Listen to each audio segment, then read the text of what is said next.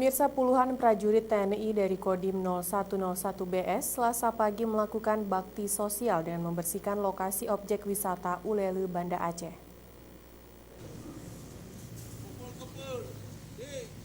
Satu persatu sampah plastik yang berserakan di kawasan objek wisata Ulele, Kecamatan Meraksa, Kota Banda Aceh dikutip oleh puluhan prajurit TNI dari Kodim 0101 BS. Sampah-sampah tersebut merupakan sisa yang dibuang warga saat perayaan Tahun Baru 2017 kemarin. Tak hanya mengutip sampah, dalam aksi tersebut prajurit TNI juga memotong rumput di kawasan Taman Pintu Masuk Pelabuhan Ulele, Banda Aceh.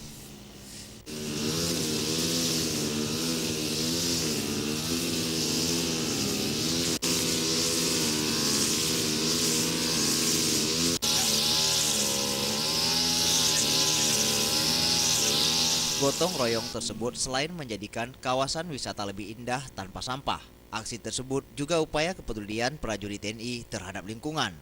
Dengan harapan melalui kegiatan ini mampu meningkatkan kesadaran masyarakat dalam membersihkan lingkungan serta tidak membuang sampah di sembarang tempat, guna menciptakan lingkungan yang bersih, sehat, dan nyaman. Dari Banda Aceh, Tim Liputan Aceh TV.